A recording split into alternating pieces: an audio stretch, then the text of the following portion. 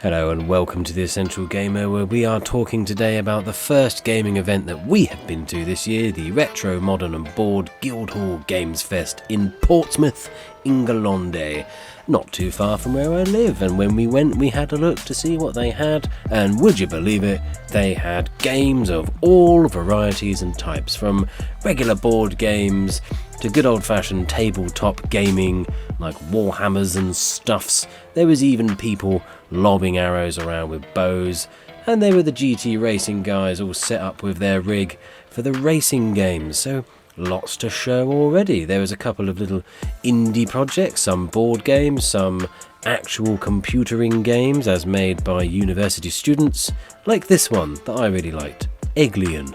It was satisfying. It started off relatively quiet. We found some nice cosplay ladies to look at, and then I got shouted at by a stormtrooper, as you do.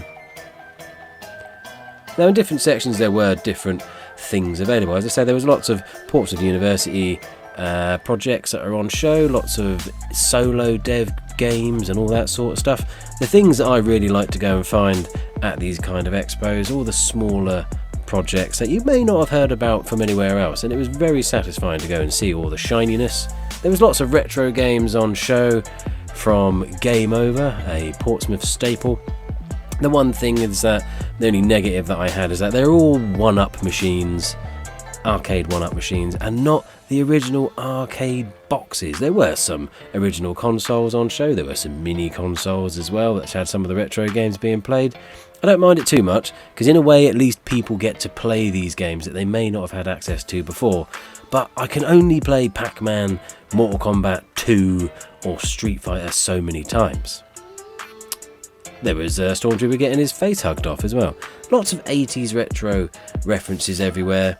Generally speaking, it was a nice family event where kids can come along and they can try some of the tabletop stuff, they can try some of the older things that their parents may have played, and they also had the opportunity to watch a little bit of esports as two local esporting teams took on some Rocket League. There was also racing hands, because who likes decapitated hands to not race? What's the point?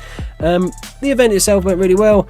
We enjoyed ourselves. It wasn't the biggest thing in the world. It's not going to be the biggest thing in the world, but it was satisfying to get the first event of 2023 under our belts, and we look forward to the next one. And there will be more. Oh yes, there will be more. I look forward to seeing you there and on more videos. Goodbye.